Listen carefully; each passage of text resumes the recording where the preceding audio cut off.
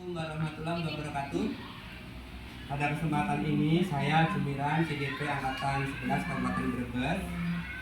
Pada kesempatan ini saya bersama Ibu Nur Indah Hamad Pati SPD, guru kelas 4 SD Negeri Banjar HP 2.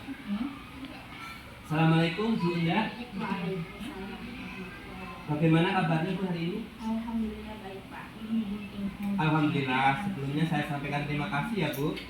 Dalam kesempatan ini Ibu sudah berkenan dan mengizinkan saya untuk melakukan observasi pembelajaran Ibu di kelas. Sebelum observasi pembelajaran dilakukan, saya terlebih dahulu akan berbincang-bincang dengan Ibu, ya istilahnya pra-observasi Ibu. Baiklah Bu Nur Indah, sebelumnya akan saya sampaikan terlebih dahulu tujuan observasi itu sendiri. Tujuannya yaitu untuk mengetahui pembelajaran yang sudah Bu Indah laksanakan dan mengapa Pak kita hari ini melakukan percakapan observasi. Hal ini dimaksudkan supaya jenengan dalam melakukan pembelajaran kelas lebih siap, lebih percaya diri dan dapat memberikan pembelajaran yang tentunya nyaman dan menyenangkan bagi peserta didik. Ada beberapa pertanyaan yang akan saya sampaikan ke Bu Indah. Yang pertama tentang tujuan pembelajaran. Kira-kira tujuan pembelajaran yang akan Ibu laksanakan pada pembelajaran nanti apa Bu? Baik Pak. Berdasarkan rencana pelaksanaan pembelajaran yang saya buat, tujuan pembelajaran yang saya capai yaitu yang pertama itu siswa dapat menemukan aturan pembagian dari cara pembagian yang bilangan yang dibaginya sama besar dengan benar. Kemudian yang kedua, siswa dapat menemukan aturan pembagian dari rumus pembagian yang hasil baginya sama dengan besar. Dan yang ketiga, siswa dapat menghitung pembagian yang pembagian ratusan dengan mempertimbangkan bagian operasi. Satuan nilai tempat pertama dengan menghilangkan 0 menggunakan aturan pembagian.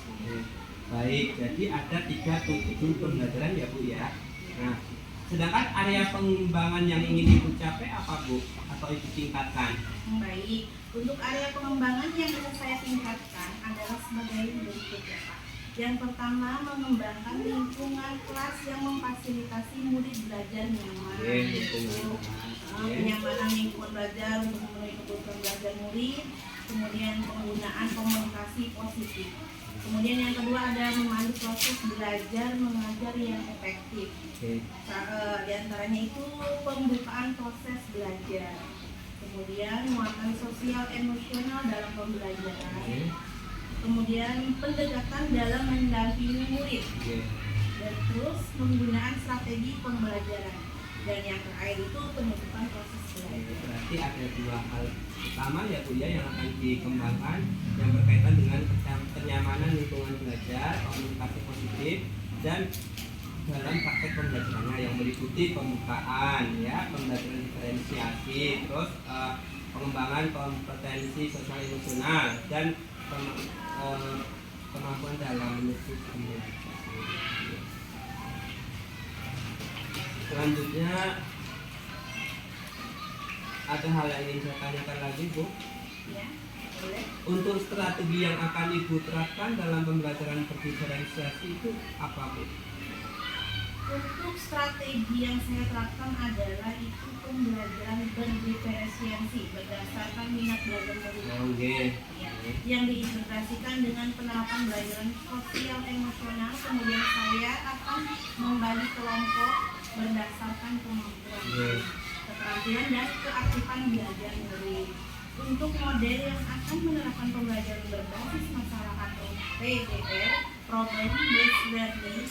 Sedangkan untuk metode, saya akan menggunakan metode tanya jawab, diskusi kelompok, dan penugasan. Berarti Ibu intinya nanti dalam kegiatan pembelajaran strateginya itu adalah pembelajaran berdiferensiasi dengan pengembangan kompetensi sosial dan emosional dengan penugasan diskusi kelompok dan tanya jawab. Nah, bagaimana dengan media pembelajarannya, Bu? Untuk media pembelajarannya, nanti saya akan menggunakan berbagai media berdasarkan kebutuhan murid saya menggunakan alat peraga yang memungkinkan anak dapat memahami materi pembelajaran dan gaya belajar mereka begitu. Baik, kira-kira Bunda akan melaksanakan pembelajarannya kapan, Bu? Untuk pelaksanaannya, kemungkinan bisa dilaksanakan mulai tanggal 15 Oktober 2024. Jadi nanti pada hari Selasa ya Bu ya, 15 Oktober ya, saya akan datang ke kelas Ibu. Saya akan melaksanakan tugas supervisi kelas dan saya akan mengamati dan mencatat apa-apa yang kegiatan yang Ibu lakukan di kelas. Nah, nanti setelah melakukan observasi, kita akan melaksanakan percakapan seperti ini lagi Bu, yaitu percakapan pasca observasi yang nanti didampingi oleh pengajar praktik DGP yaitu Bapak Agung Holik dari Petanggungan. Sebelum kita akhiri, kira-kira apa yang Bu Nur Indah dapatkan dari percakapan hari ini, Bu? Baik, dari percakapan ini alhamdulillah saya mendapatkan gambaran tentang strategi, model dan metode pembelajaran yang akan saya terapkan dalam pembelajaran serta media yang akan saya gunakan di dalam pembelajaran. Mungkin seperti itu. Baik Bunda, terima kasih atas waktunya ya Bu ya, sudah bersedia berbincang-bincang dengan saya di percakapan observasi.